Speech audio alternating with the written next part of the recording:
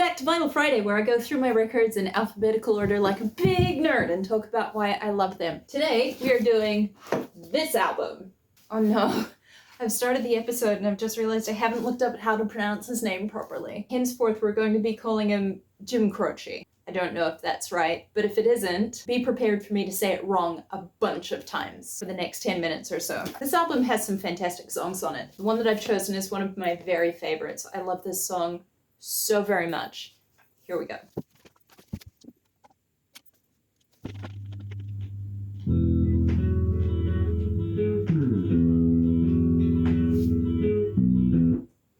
Unwritten by Natasha Beddingfield. Of course, it's the title track. Quick note from Editing Nancy. When I say I really love this song, I mean I really love this song. Here's some of what I've had to edit out of this video. Bend me down the highway.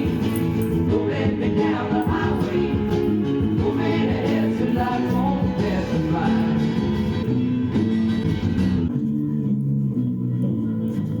The rest of them are still really good. Here's a sampler of some of the other stuff that you would find on this album. Baby, I can't hang on no longer cross for you. Now I got this steady depressing, low down my pressure, working at the car wash too.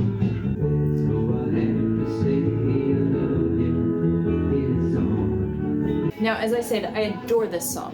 So there's so much to say about it. No preamble, let's just get stuck in. Jim Croce is, I think, one of the best songwriters of the 1970s. I don't think he gets anywhere near enough credit. Having said that, ironically, he didn't write this song. We'll forget that, because it's such a great song. So, structurally, I think that this song nails it. The layering, the way that this song builds, it just gets bigger and bigger. The end result being that it is this uplifting, driving song. It's got a real momentum behind it. But it's also good if you're driving. Moving me down the highway. We'll come back to that too. Let's have a listen from the beginning. I'll show you what I mean. It starts small and it builds its way up, but it doesn't do it all at once. It happens in phases. Like this. Song starts with bass and acoustic guitar. Our lead vocal comes in. Very nice. Piano.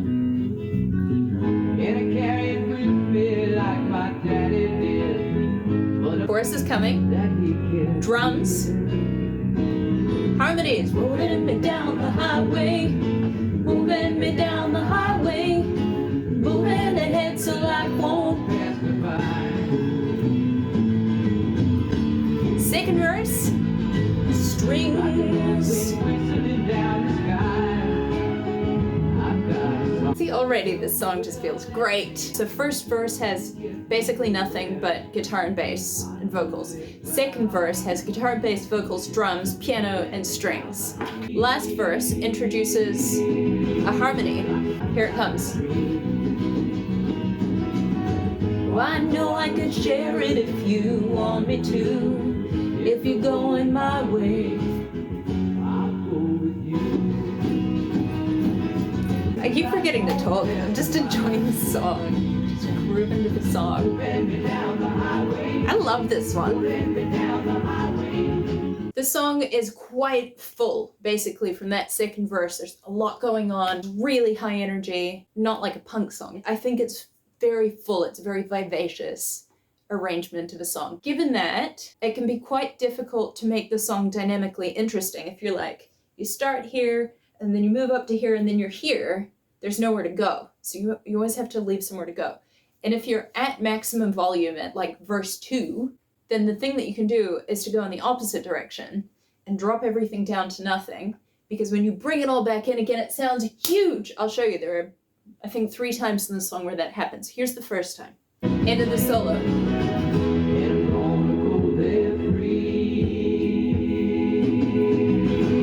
Here's the second one.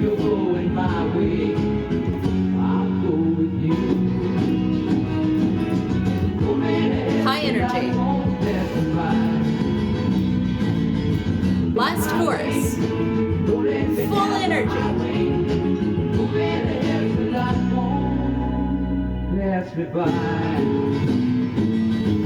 Yeah, see? It's pretty good, right? It's got this lovely little motif. Just kidding. Like the pine tree. They give us nice little reminders of that throughout the song. So we've got that establishing in the beginning, and then it happens in like the middle of the second verse. I've got a song. I think this is kind of obvious, but it's also very cool. The triplet pattern at the end of the chorus is extremely energizing. 1, 2, 3, 1, 2, 3, 1, 2, 3, 1, 2, 3, 1, 2. Let's have it again. Pass me by.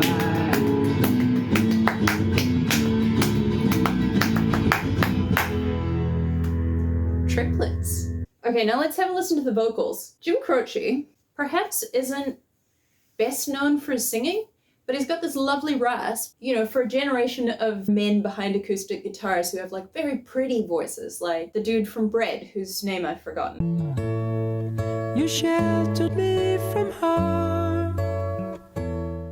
James Taylor. Said I'm gone to Carolina in my mind.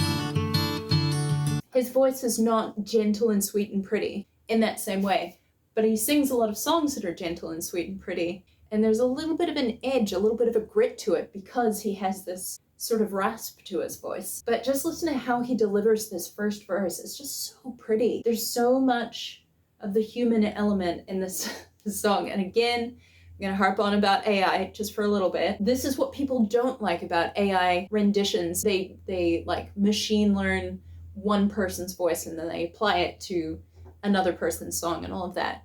The thing that people don't like about it, the thing that's really uncomfortably uncanny, is that it lacks the warmth and the depth of expression that a human voice can give because it's a computer.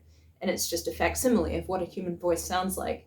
Listen to the emotion in the delivery of this verse. Like a singing bird in the croaking toad.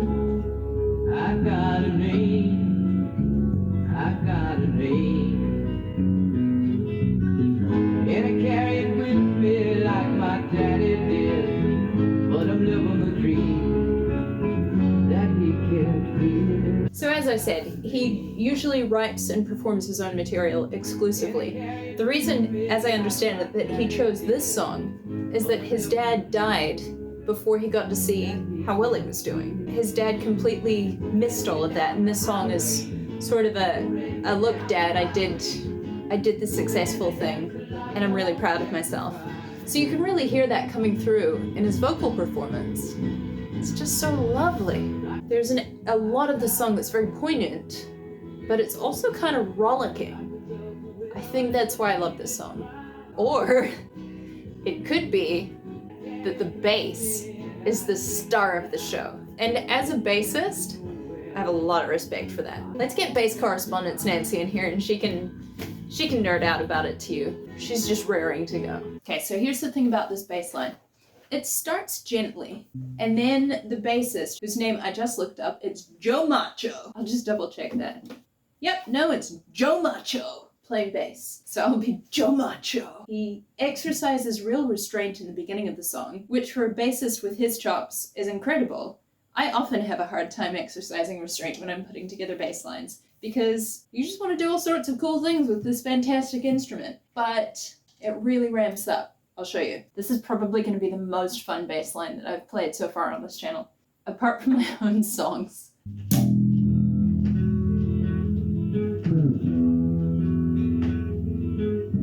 Like the pine trees lining the winding road.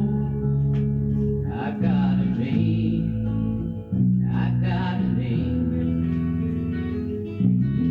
Like a singing bird in the croaking toad. I got a name.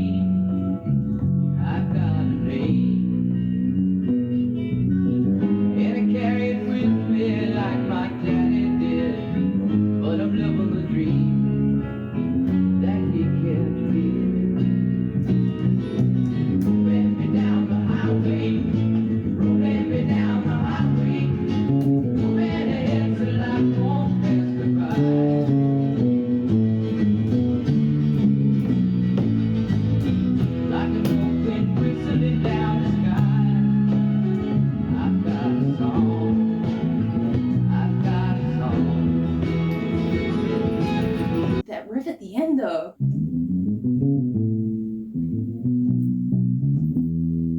also really like the lead up to the chorus that goes,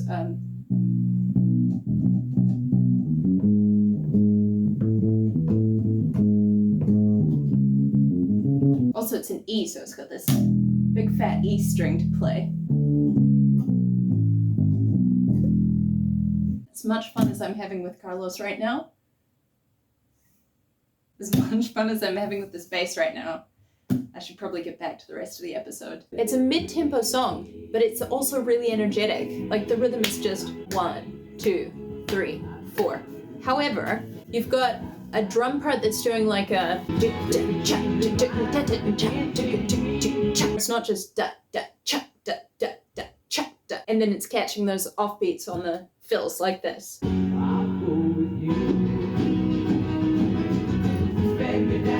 Yeah, that was a good one. So the drums are doing this thing where they're catching lots of the offbeats. So you've got a mid-tempo song, but with quite a busy drum part.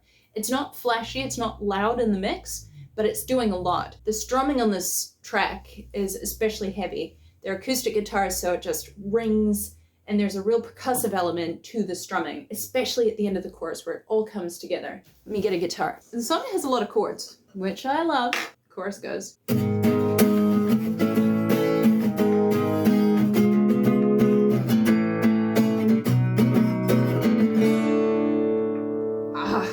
Lovely way to end the chorus. That chord. It's like a suspended D something. Anyway, so they just go ham on this chord at the end of the chorus, like this. And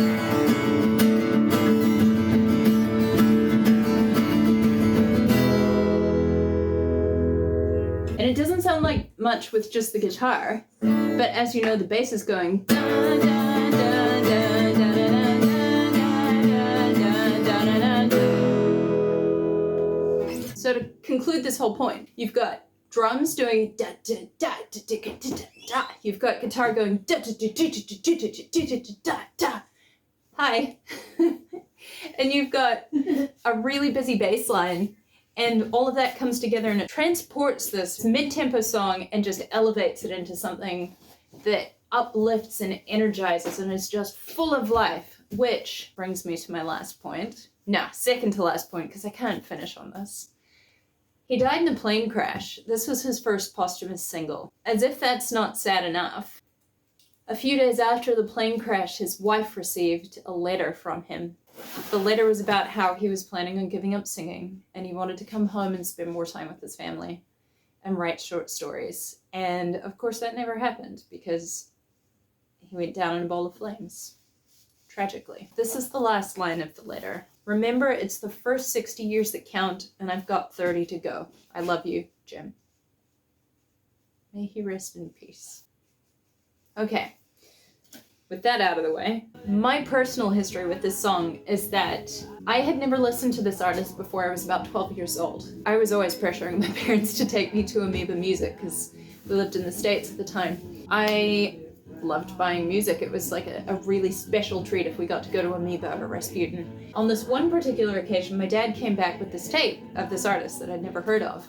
Shortly after that point, we went on a road trip to Yosemite, and Dad put this tape on, and I think this must have been it wasn't this album, but it was like a compilation album, and I think this might have been the opening track. So we're on the open road, listening to this really joyous song about driving down a highway on a really lovely family vacation. So whenever I hear this song, there's a bit of that I remember. It's just a very carefree, wind the windows down, and empowering song. It's a beautiful song, and I like it very much. One more chorus. Pass me by.